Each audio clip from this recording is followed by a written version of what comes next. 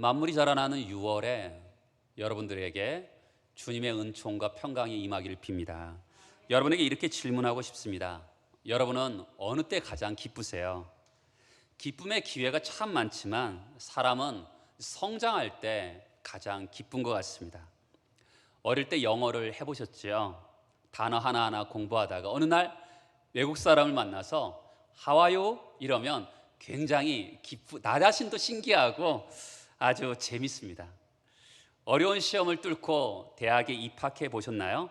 입학식 때 내가 대학생이구나 라고 생각하면 아주 뿌듯해집니다. 왜 그렇죠? 성장했기 때문에 그렇습니다. 성장은 나만 기쁜 것이 아니라 다른 사람도 기쁘게 합니다. 아이가 기어다니다가 어쩌다가 소리가 없어서 보니까 소파를 짚고서 일어서 있는 거예요. 많은 사람들이 놀라죠. 그리고 자기도 일어선 것을 보면서 흐뭇해하면서 자기가 자랑스럽게 느끼는 그 눈동자를 볼 수가 있어요. 그렇죠? 모두가 갑자기 아이가 있으면 박수를 칩니다. 그러니까 사람이 성장하면 모두가 기쁜 거예요. 우리가 인생을 성장이라는 관점에서 보면 두 가지 인생관이 있습니다. 성공적인 인생관이 있고요, 성장지향적인 인생관이 있습니다. 성공적인 인생관은 성공을 목표로 하는 거예요. 그래서 이 인생관은 목표지향적이고요, 결과지향적입니다. 성공의 목표를 이룰 때에만 행복한 거예요. 그런데 또 다른 인생관인 성장지향적인 인생관이 있습니다. 성장지향적인 인생관은 성공했느냐 실패했느냐를 묻지 않고요, 그 가운데 속에서 성장했느냐를 묻는 것이죠. 성공해도요, 어떤 사람은 성장 없을 수 있어요. 실패해도요, 그 가운데 속에서 성장할 수도 있는 것이죠. 성공을 통해서 성장하지 않았다면 그것은 실패가 아닐까요? 혹시 실패 속에서도 성장했다면 그것은 성공이 아닐까요? 어떻습니까? 영적인 삶은 어떨까요? 영적인 삶도 성장이 필요합니다. 육적인 성장도 우리를 기쁘게 하지만 영적으로 성장할 때도 우리가 기쁩니다. 오늘 사도 요한은 이렇게 첫 마디를 시작합니다. 요한일서 2장 12절에 오면 자녀들아, 이 사도는 우리를 자녀로 부르고 있습니다. 이 자녀는 어떤 자녀일까요? 헬라어로 테크논인데 갓 태어난 아이를 말합니다. 우리의 성장은 육적이나 영적이나 어린아이로부터 시작되는 것이죠. 여러분, 태어날 때부터 골리앗처럼 거인으로 태어난 사람은 없습니다. 영적으로 태어날 때부터 사도 바울처럼 영적인 거인으로 태어나는 사람은 없습니다. 누구나 다 육적으로 태어날 때든 영적으로 태어날 때든 갓난아이로부터 시작되는 것입니다. 잠언 4장 3절에 오면 내 어머니의 보기에 유약한 외아들이었노라. 솔로몬의 말입니다. 솔로몬은 힘과 지혜의 왕이죠. 그렇지만 그도 부모의 도움이 없으면 살아갈 수 없는 작은 아이로부터 시작한 것입니다. 그러나 우리가 아이에서 출발했지만 거기서 머물러서는 안 되죠. 더 자라야 합니다. 여러분, 부모의 평생의 소원이 뭐예요? 아이가 건강하고 아름답게 자라는 것입니다. 하나님의 소원도 그런 것일까요? 그렇습니다. 하나님도 우리가 이 세상에서 건강하고 아름답게 성장하기를 원하십니다. 오늘 말씀은 우리가 믿음으로 자라는 영적인 세 단계를 이야기하고 있습니다. 12절에 보면 자녀들아, 아이의 단계입니다. 13절에 보면 청년들아, 청년의 단계입니다. 13절에 보면 아비들아, 아비의 단계입니다. 성장에 큰 원리가 있는데 어떤 사람도 자동적으로 자라지 않는다는 것입니다. 어떤 사람도 한꺼번에 다 커지지 않는다는 것입니다. 적절한 시간과 노력이 필요하죠. 그런데 가장 중요한 것은 내가 성장하기를 원한다는 것입니다. 어떻습니까? 여러분들은 성장하기를 원합니까? 세상에서나 영적인 세계에서나 성장한 사람들을 보면 공통적인 요소가 있습니다. 그것은 그 사람들이 다 성장하기를 원한다는 것입니다.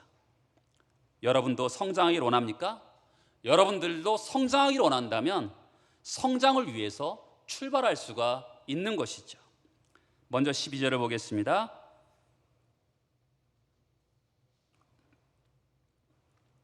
자녀들아, 내가 너에게 쓰는 것은 너희 죄가 그의 이름으로 말미암아 사함을 받았으며.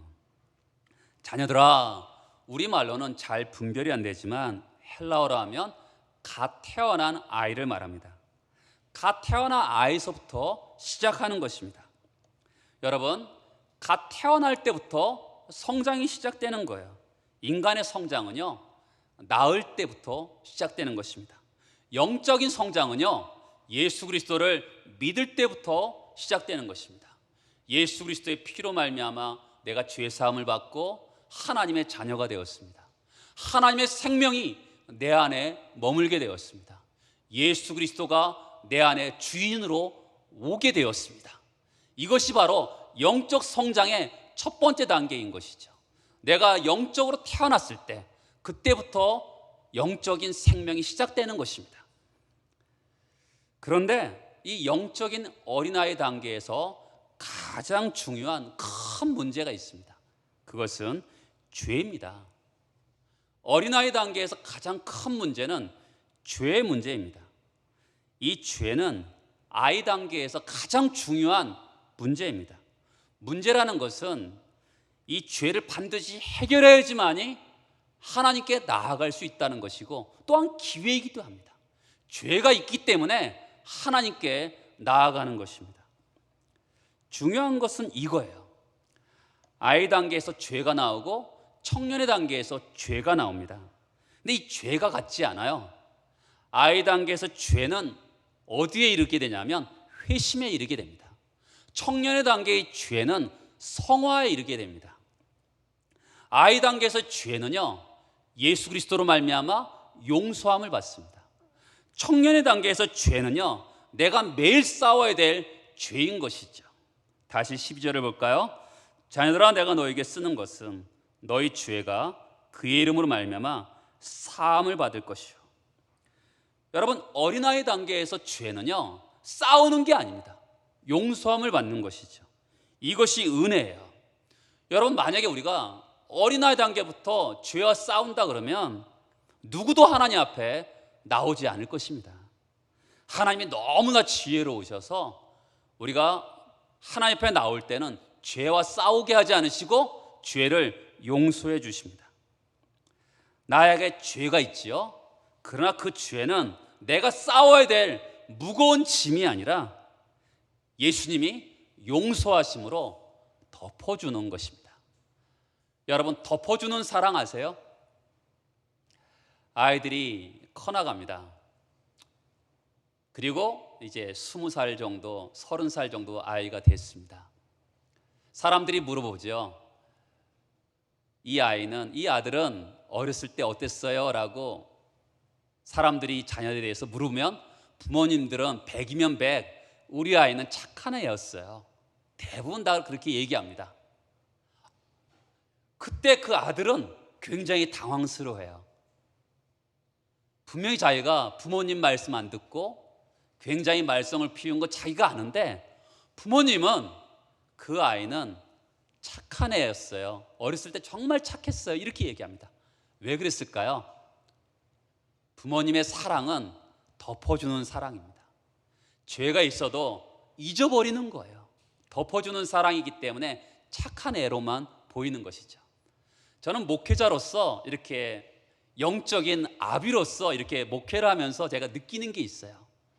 그것은 어쩔 때 보면 성도들의 삶 가운데 속에서 말 가운데 속에서 제가 섭섭할 때가 있어요. 그런데 신기하게도요, 한 주가 지나면 다 잊어버려요. 그리고 성도들 똑같이 대합니다. 제가 생각해 너무 신기한 거예요. 저는 원래 그런 인간이 아니거든요. 그런데 너무너무 신기해서 제가 어느 목사님에게 물어봤어요. 목사님, 제가 성도들이 섭섭하게 나한테 분명히 했는데 그 다음 주에 보니까 제가 그분을 똑같이 대하더라고요. 전혀 없었던 일처럼 제가 대하더라고요. 그러니까 목사님이 그런 얘기를 하시대요.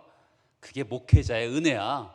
하나님이 그들의 잘못을 덮어주는 사랑으로 나에게 임해서 그래서 목회를 하는 거야. 모든 목회자는 다 그런 거야. 그렇게 저에게 말씀하셨던 기억이 나요. 여러분, 덮어주는 사랑이죠. 부모의 사랑, 덮어주는 사랑. 목회자의 사랑, 덮어주는 사랑. 하나님의 사랑도 마찬가지죠. 하나님의 사랑도 우리의 죄를 덮어주시죠. 없는 것처럼 해주시는 거예요. 착한 애처럼 우리를 대하시는 사랑이신 것이죠. 용서함 받는 거죠. 여러분, 이것을 신학적으로 회심이라 그럽니다. 회심은 태어나는 거죠. 우리가 육체적으로 어머니에게 태어나듯이 우리의 영은 하나님에게서 태어나는 것입니다. 두 번 태어났기 때문에 거듭났다라고 얘기합니다. 태어나는 것은 언제나 은혜예요. 여러분, 태어날 때 우리가 한 일은 하나도 없어요. 육체적으로 태어날 때는 어머니가 힘을 써서 태어납니다. 우리가 한 거 아무것도 없어요. 영적으로 태어날 때도요, 우리가 한 거 아무것도 없어요. 하나님께서 성령 보내셔서 또한 믿음의 선물을 주셔서 우리가 예수를 고백하게 하는 것이죠. 우리가 한 거 하나도 없는데 우리가 하나님의 은혜로 예수를 믿게 되는 것이죠. 어떤 사람이 이렇게 질문하죠. 그렇다면 목사님, 아예 처음부터 죄가 없었더라면 거듭날 필요도 없고 용서받을 필요도 없지 않습니까? 여러분, 이것은 무익한 질문이에요. 논쟁을 일으키는 질문이죠. 여러분, 사람이 죄인이라고 하는 규정은요, 사람이 하는 것이 아닙니다. 성경에 보면 사람은 죄인이라고 하나님이 하시는 거예요. 우리가 볼 때 죄는, 사람이 볼 때는 미흡한 것을 죄라고 생각할 수 있는데 하나님이 볼 때는 하나님을 향해서 반역하는 것을 죄라고 얘기하는 것이죠. 여러분, 성경에서 말하는 죄는 두 가지가 있어요. 영어로 말하면 sin, 대문자로 나오는 sin이 있어요. 소문자로 나오는 영어로 말하는 sins가 있어요. 이 영어로 말하는 sin, 이건 하나님을 향해서, 큰 대문자는 하나님을 향한 반역성을 얘기하는 거예요. 여러분, 하나님을 향해서 반역성은 내가 고쳐야지라고 고칠 수 있는 게 아니에요. 하나님이 용서해 주셔야지만이 그 죄는 용서를 받을 수 있는 거죠. 여러분에게 묻습니다. 여러분 자신이 죄가 많다고 생각하는 사람과 죄가 없다고 생각하는 사람 중에 누가 하나님 앞에 나오기가 쉽겠습니까? 죄가 없는 사람, 죄가 많다고 생각하는 사람, 누가 하나님 앞에 나오기가 쉽겠어요? 죄가 많다고 생각하는 사람이 하나님께 나오기가 쉬운 것입니다. 탈무드에 나오는 이야기예요. 두 사람이 있습니다. 한 사람은 굴뚝 속에 들어갔다가 나와서 얼굴이 새까맣습니다. 또 한 사람은 굴뚝에 들어가지 않아서 얼굴이 하얗습니다. 누가 세수하러 갈까요? 얼굴이 하얀 사람이 세수하러 가는 것입니다. 왜 그렇습니까? 자기가 새까만 사람을 보니까 자기도 새까만 줄 알고 세수하러 갑니다. 누가 하나님 앞에 나오죠? 자기가 죄인이라고 생각하는 사람이 하나님 앞에 나오는 것입니다. 죄를 본인 스스로 해결하려고 노력할 필요가 없어요. 하나님 앞에 가지고 나오기만 하면 하나님이 덮어주는 사람, 부모님이 덮어주는 것처럼 하나님은 우리의 죄를 없는 것처럼 덮어주면서 용서해 주시는 것이죠. 영국의 존 버년이 쓴 철로 역정이 있습니다.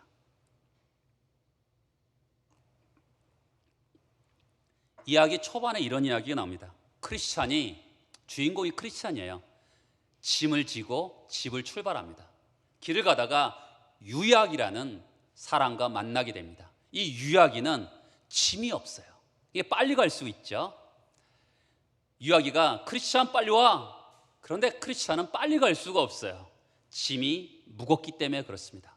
그런데 두 사람 다 절망의 늪에 빠지게 되었습니다. 이때 유아기는 실망해서 돌아갑니다. 짐이 없으니 꼭 가야 할 이유도 없는 거예요. 그런데 크리스찬은 무거운 짐이 있으니까 이것을 내려놓아야 됩니다. 그래서 계속 걸어갑니다. 결국 무거운 짐을 십자가 앞에 내려놓고 자유롭고 안식을 얻습니다. 참 재밌어요. 짐이 없는 유아기는 앞으로 갈 것 같고 짐이 있는 크리스찬은 도중에 돌아갈 줄 알았는데 그런데 결과는 반대예요. 무엇을 의미하죠? 죄가 없다고 생각하는 사람은 절대로 신앙생활을 할 수가 없습니다. 왜냐하면 툭 하면 돌아가요. 본인이 죄가 없다고 생각하기 때문에 용서받아야 할 필요도 없어요. 본인이 죄가 없다고 생각하기 때문에 해결할 죄도 없는 거예요. 그러나 자신을 죄인이라고 생각하는 사람은 다릅니다. 무거운 죄를 벗어야 돼요. 안식이 필요합니다. 용서가 필요한 것이죠. 12절 다시 보면 너희 죄가 사함을 받았으며 아멘. 죄가 없어서 하나님께 나오는 게 아니라 죄를 가지고 용서함을 받으러 하나님께 나와야 합니다. 이것이 첫 번째 단계입니다. 본격적인 신앙 성장은 다음 단계에서부터 이루어지는 것이죠. 점점 자라면 성장의 두 번째 단계를 맞이합니다. 바로 청년의 단계입니다. 13절 뒷부분을 보시면 청년들아 내가 너에게 쓰는 것은 너희가 악한 자를 이기었습니다. 청년의 단계가 되면 악한 자가 생깁니다. 힘들게 하는 사람들이 생겨나게 돼요. 14절 중간에 보면 청년들아 내가 너에게 쓴 것은 너희가 강하고 하나님의 말씀이 너희 안에 거하시고 너희가 흉악한 자를 이기었습니다. 청년의 단계에는 악한 자, 흉악한 자가 생깁니다. 그렇게 무조건적인 하나님의 사랑만 받다가 갑자기 직접 자기가 악한 자와 싸워서 이겨야 합니다. 여러분, 청년의 단계의 특징은 강하고 악한 자와 싸워서 이기는 특징이 있습니다. 이 시기는 신앙생활의 승리를 맛보는 단계예요. 우리 신앙생활에 큰 오해가 하나 있습니다. 하나님을 믿기만 하면 모든 일이 잘 되고 나 자신도 천사처럼 될 거라는 오해입니다. 마치 마술사가요 얍! 하면 보자기에서 비둘기가 나오는 식으로 믿으려고 합니다. 물론 하나님은 얼마든지 이 마술사처럼 하실 수 있습니다. 그러나 여러분 이거 아시죠? 마술사도요 자식들 앞에서 마술을 하지 않는 거 아시죠? 왜 그런가 하면 자식들이 아무것도 안 하고 얍 하면 안 되잖아요. 그들의 인생은 망하는 거 아니겠습니까? 자녀들을 키우다 보면 이럴 때가 있습니다. 자녀들이 초등학교 되면 부모님께 수학 문제를 들고 올 때가 있습니다. 아빠 이거 잘 몰라요 라고 풀어주세요 라고 풀어줍니다. 낑낑매고 풀어줍니다. 그 두 번째 문제도 또 갖고 오고 또 세 번째 문제도 가지고 옵니다. 그러다가 이제 네가 풀어봐 라고 하면 아빠 저 다른 숙제도 해야 되니까 아빠가 여기다가 답만 적어주세요 라고 할 때가 있습니다. 그러면 아빠는 이제부터는 이렇게 얘기하죠. 이제부터는 네가 해봐. 아빠 바빠.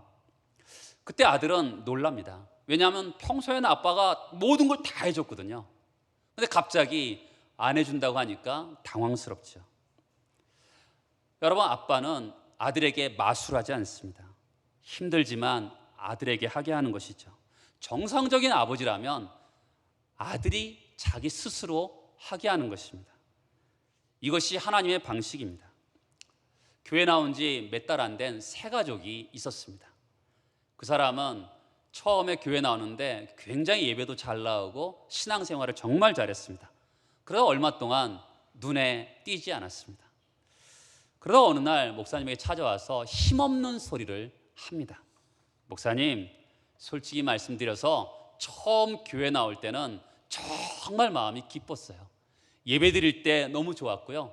기도만 하면 하나님이 응답해 주셨고 또한 하나님 믿는 것이 너무 좋았어요. 근데 요즘은 그렇지 않아요. 집에도 문제도 생기고 하는 일도 잘 안 돼요. 왜 그럴까요, 목사님? 믿음이 떨어져서 그럴까요? 그때 목사님이 이렇게 얘기했습니다. 아닙니다. 믿음이 떨어져서가 아니라 믿음이 자라서 그런 것입니다. 형제가 처음 교회 나왔을 때는 영적인 어린아이의 믿음입니다. 어떤 부모가 자녀의 말을 거절하겠습니까? 부모는 자녀가 원하는 대로 다 해줍니다. 그러나 아이가 자라면 모든 것을 다 해주지 않습니다. 스스로 하게 합니다. 부모가 못해서가 아니라 사랑하기 때문이죠. 자녀는 안 하던 일을 하려고 하니까 힘이 듭니다. 마찬가지로 하나님은 우리로 하여금 외로운 싸움을 하게 하십니다. 이제 성도님은 어린아이 단계에서 청년의 단계의 신앙으로 올라선 것입니다. 어린아이 믿음에서 싸우는 믿음으로 올라가셔야 되는 것이죠. 이 단계에서 중요한 것은 낙심하셔는 안 됩니다. 싸워야 된다는 것입니다. 말씀과 기도로 싸워야 됩니다. 그리고 이 목사님이 요한일서 오늘 말씀 2장 14절을 읽어주었어요. 청년들아, 내가 너에게 쓴 것은 너희가 강하고 하나님의 말씀이 너희 속에 거하시고 너희가 흉악한 자를 이기었습니다. 자, 보세요. 믿음이 자라면 우리 안에 악이 있습니다. 우리 주변에 강한 자가 보입니다. 여러분, 우리 안에 악이 없었던 것도 아니고 우리 주변에 악한 자가 없었던 것도 아닙니다. 그런데 그 전에는 나 자신만 보였던 것이죠. 그리고 하나님께서 은혜를 베푸셔서 그 문제를 직접 만나지 않게 하셨던 것이죠. 근데 형제가 이제 자라니까 하나님께서 그것을 허락하신 것입니다. 이길 수 있는 힘이 어디서 나오죠? 하나님 말씀에서 나오는 것입니다. 형제 안에 예수님이 계십니다. 예수님이 우리 형제를 이기게 하십니다. 형제가 예수께서 십자가에서 다 이루었다 하면서 이기셨습니다. 이미 이긴 싸움을 형제가 싸우고 있는 것입니다. 담대하세요. 승리는 형제의 것입니다. 그분의 얼굴이 어떻게 됐어요? 밝아졌죠. 여러분, 성장통이라는 말을 들어보셨습니까? 아이들이 한참 자랄 때 무릎이 아파요, 다리가 아파요 라면서 할 때 이 성장통일 가능성이 많습니다. 뼈에 연결된 인대 또한 근육이 다양하게 자라는데 아직 힘줄이 따라가지 못하니까 통증이 온다 그래요. 자랄 때 온몸이 쑤시고 아프다 그래요. 아파야 성장하는 것입니다. 여러분, 언제나 인생에 성공하는 순간은 고통의 순간을 통해서 인생은 성장하게 되어 있습니다. 고통을 통해서 우리 인간은 배우게 됩니다. 고통이 우리를 자라게 하는 것이죠. 영적 성장을 위해서 이 원리가 통하는 것입니다. 여러분, 디모데후서 2장을 보면 세 종류의 사람이 나옵니다. 병사, 경계하는 자, 농부가 나옵니다. 너는 그리스도 예수의 좋은 병사로 나와 함께 고난을 받으라. 병사로 복무하는 자는 자기 생활에 얽매이는 자가 하나도 없나니 이는 병사로 모집한 자를 기쁘게 하려 함이라. 경계하는 자가 법대로 경계하지 아니하면 승리자의 관을 얻지 못할 것이며 수고하는 농부가 곡식을 먼저 받는 것이 마땅하니라. 어느 것도 그냥 되는 게 없어요. 군인은 명령에 복종해야 됩니다. 경계하는 자는 피나는 싸움을 해야지만 이길 수가 있어요. 또한 농부는 한 알의 열매를 위해서 정말 수고해야 되는 것이죠. 그냥 되는 일이 없는 거예요. 이 세상에서 성공하는 사람, 그냥 되는 사람 있습니까? 청년의 단계에서 가장 중요한 게 뭐예요? 따라서 해보시게. 싸우는 것. 싸우기 위해서 가장 좋은 게 뭐예요? 영적인 습관을 들이는 것입니다. 여러분, 영적인 습관이 굉장히 중요해요. 김유신 장군의 이야기를 아시죠? 김유신 장군이 젊었을 때 술을 먹고 기생집을 자주 갔다 그래요. 근데 어느 날 결단을 합니다. 나는 이제 기생집을 가지 않겠다. 근데 어느 날 말을 타고 가다가 깜빡 잠이 들었는데 이 말이 습관적으로 기생의 집에 머물게 되었습니다. 그때 김유신 장군 잠에서 깨서 어떻게 한지 아시죠? 그 말을 죽여버립니다. 습관은 사람이 만들죠. 그러나 그 후에는 습관이 그 사람을 끌고 다닌다는 것이죠. 여러분, 마귀의 최고 작전은 아십니까? 마귀는 우리를 교회 못 가게 하지 않습니다.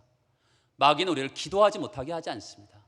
마귀는 우리를 교회도 가게 하고 기도도 하게 하는데 나쁜 습관을 얽매이게 하는 것이죠. 왜냐하면 사람은 잘못된 습관을 따라가기 때문에 그렇습니다. 마귀가 붙들고 있는 것은요, 우리가 버리지 못하는 나쁜 습관인 것이죠. 여러분, 우리가 영적으로 성장하기 위해서 가장 좋은 훈련이 뭔지 아십니까? 그것은 주일 성수입니다. 모든 좋은 것은 주일 성수에서부터 나옵니다. 모든 나쁜 것은 주일 성수를 하지 않는 데서부터 오는 것이죠. 여러분, 우리 영적으로 성장하기를 원하신다면 주일 성수를 생명처럼 여겨야 되는 것입니다. 주일을 가볍게 여기면서 신앙생활을 잘 될 것이라 생각하는 것은 어리석은 것입니다. 주일 성수뿐이겠습니까? 주일날 일찍 교회 오고 앞에서부터 앉고, 그리고 수입이 생기면 11조를 하나님께 드리고, 감사한 일이 생기면 하나님께 감사할 줄 알고, 그리고 처음 교회에서 본 사람들 있으면 안녕하세요, 저는 누구입니다라고 인사하고, 아침에 일어나서 하나님께 기도하고 매일 성경을 읽고, 기도할 때마다 나라와 민족을 위해서 기도하고, 목회자와 교회를 위해서 기도하고, 또한 다른 사람을 위해서 기도하는 것, 시간을 내서 봉사하고 전도하고 구제하는 것. 여러분, 이 모든 것은 습관으로 오는 것입니다. 그렇죠? 좋은 습관을 생명처럼 여겨야 되고요, 나쁜 습관은 철저하게 버려야 되는 것이죠. 다시, 청년들아, 내가 너에게 쓰는 것은 너희가 악한 자를 이기었습니다. 악한 자를 이기는 거예요. 어떻게 악한 자를 이겨요? 여러분, 오래된 습관으로 이기는 거예요. 처음엔 질 수 있죠. 다시 일어나 싸우는 겁니다. 하루 이틀이 이기는 게 아니에요. 어떻게 이기는 거죠? 매일 이기는 거예요. 여러분, 성화의 또 다른 말이 뭔지 압니까? 매일의 성화입니다. 매일매일 싸우는 거예요. 영적인 습관을 가지고 매일매일 싸우는 것이죠. 포기하지 않고 싸우는 거예요. 끝까지 싸워서 이기는 겁니다. 말씀과 성령으로 싸워서 이기는 거죠. 이것이 청년 단계의 믿음인 것이죠. 예전에 중국의 모죽이란 대나무에 대해서 말씀을 드린 적이 있습니다. 이 대나무는 5년 동안 싹도 트지 않아요. 그렇지만 농부가 물을 주고 거름을 주다 보면 5년째 됐을 때 하루에 70cm씩 자라다가 6주 만에 25m가 자란다 그래요. 대나무를 포기하지 않고 계속 가꾸면 큰 나무가 되는 것처럼 우리도 그렇죠. 우리가 인생을 살다 보면 나는 하나도 변한 것 같지 않아요. 신앙생활 하는데도 전혀 변한 것 같지 않아요. 그런데도 계속 물을 주고 가꾸다 보면 어느새 내가 영적으로 청년의 단계에서 악한 자와 흉악한 자를 이기는 나의 모습을 보게 될 것입니다. 포기하지 않고 끝까지 가는 것이죠. 말씀과 성령으로 싸워서 이겨야 되는 것입니다. 이것이 청년의 단계인 것이죠. 성장의 마지막 단계입니다. 아비의 단계이죠. 13절 첫 부분을 보시겠어요? 아비들아, 내가 너에게 쓰는 것은 너희가 태초부터 계신 이를 알았으며. 이 단계의 특징은 뭐냐면 하나님을 아는 단계입니다. 여러분, 안다라는 것은 두 가지 특징이 있습니다. 첫 번째는 지식으로 안다는 것이 아니라 몸으로 아는 거예요. 경험적으로 아는 것이죠. 시편 34편에 보면 너희는 여호와의 선하심을 맛보아 알지어다라고 합니다. 하나님을 아는데 지식으로 아는 게 아니라 삶으로 아는 거죠. 성경에 보면 아비의 신앙을 갖춘 사람이 정말 많지만 저는 여러분들에게 오늘 갈렙의 이야기를 해보고자 합니다. 출애굽 세대는 다 광야에서 죽었어요. 그런데 여호수아 갈렙만이 가나안 땅에 들어갑니다. 가나안을 정복하는 과정에서 이제 땅을 분배할 때 일입니다. 갈렙은 85세예요. 나이가 많습니다. 죽을 날이 얼마 안 남았습니다. 그런데 그가 이렇게 얘기하죠. 하나님이 약속하신 저 헤브론 땅을 달라고 얘기합니다. 헤브론 땅은 키가 크고 장대한 아낙 자손이 있는 땅입니다. 여러분, 그는 이스라엘의 지도자였어요. 얼마든지 편하게 쉬운 땅을 달라 할 수도 있는데 그 험한 땅을 달라고 합니다. 이유가 뭐죠? 이렇게 얘기하죠. 40년 전에 모세를 통해서 내가 밟는 모든 땅은 네 땅이 될 거라고 말씀했다는 것이죠. 여러분, 믿음을 선택한 거죠. 그렇죠? 여러분, 그의 자녀들이 그 이스라엘의 청년들이, 이스라엘의 어린아이들이 갈렙을 왔을 때 어땠을까요? 아비의 단계의 믿음을 본 것이죠. 그가 머리로 하는 게 아니에요. 삶으로 하나님이 말씀하신, 약속하신 것은 모든 것이 이루어진다는 약속의 말씀을 그가 삶으로 경험한 것을 그대로 고백하는 것이죠. 여러분, 하나님 아버지를 아는 것은 몸으로 아는 거예요. 내 몸에서 나타나는 것이죠. 또 하나 하나님을 아는 것은 의도적으로 아는 것이죠. 다시 14절을 보시면 아비들아 내가 너에게 쓴 것은 너희가 태초부터 계신 이를 알았으며. 우리가 태초부터 계신 이를 어떻게 압니까? 의도적인 노력으로 아는 것이에요. 따라서 해보시겠어요? 의도적인 노력.